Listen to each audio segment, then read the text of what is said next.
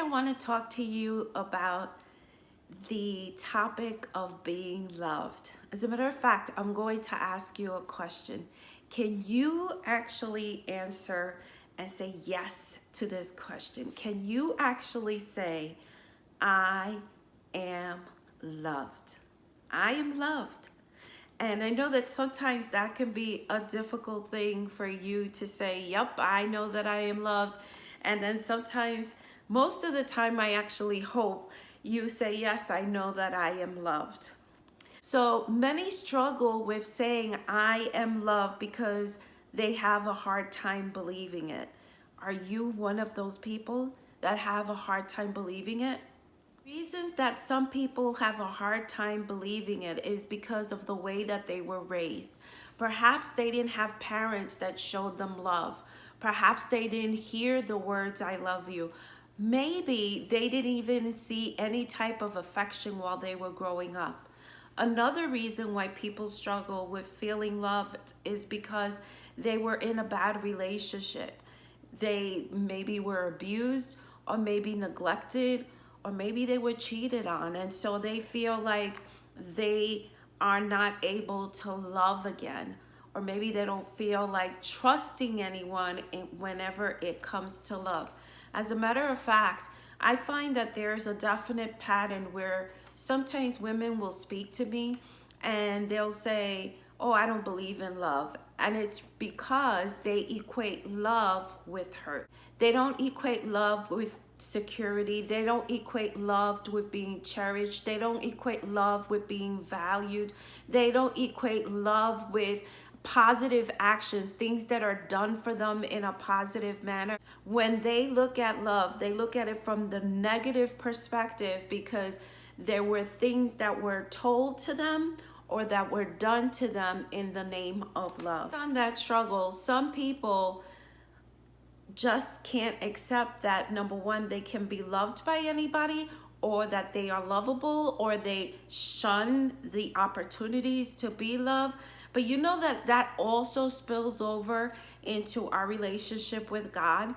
There are times where we will kind of step back, and even though we might not tell anybody, we kind of say to ourselves, well, maybe God loves Roz a little bit more than me, or God loves so-and-so a little bit more than me. And that's far from the truth.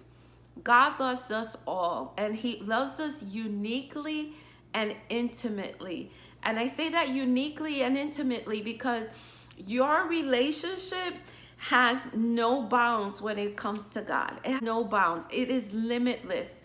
But it's up to you whether you want to cultivate it or not. Sometimes the challenges of feeling loved by God, it comes from not only the bad relationships in the past, but it also comes from maybe bad teaching. We were told certain things and we kind of step back and say, well, that doesn't sound like a God of love. Or there have been experiences where people have told us about God and they acted way differently than what we expected, and that person who represented God or represented Christ was not loving, and so you equate that to God.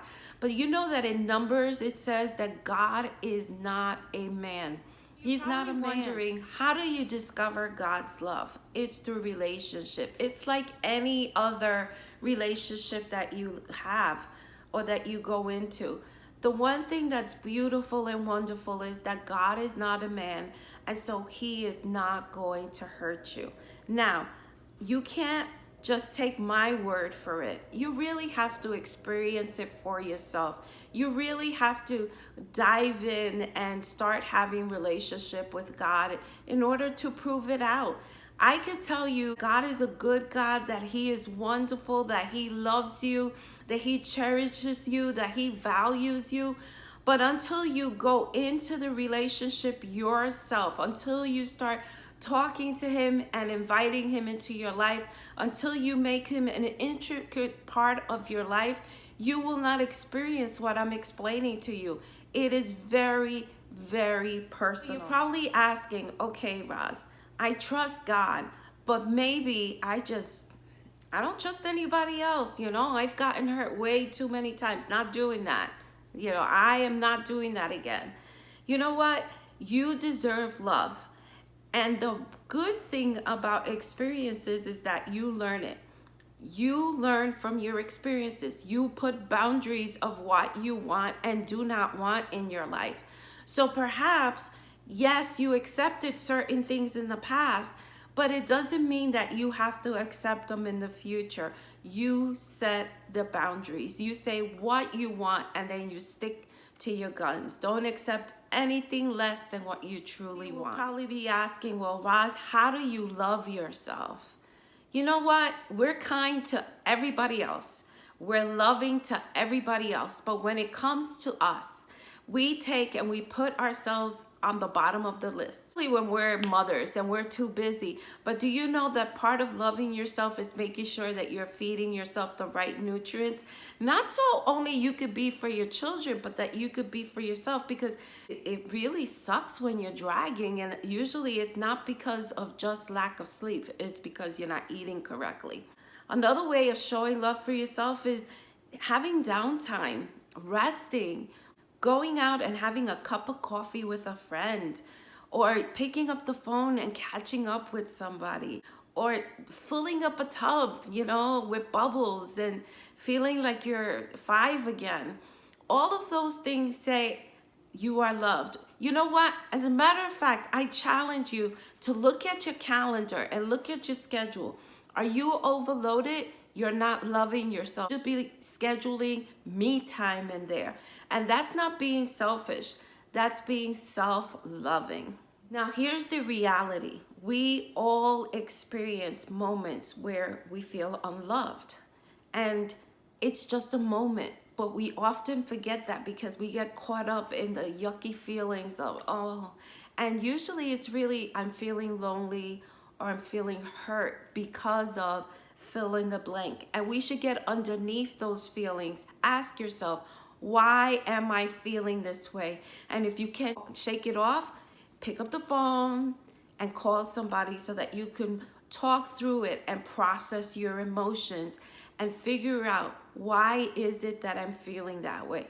Many times it's be just a seasonal blues. It might be that somebody hurt you.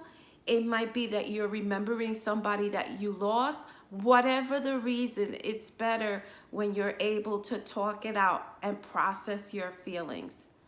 Here's the thing.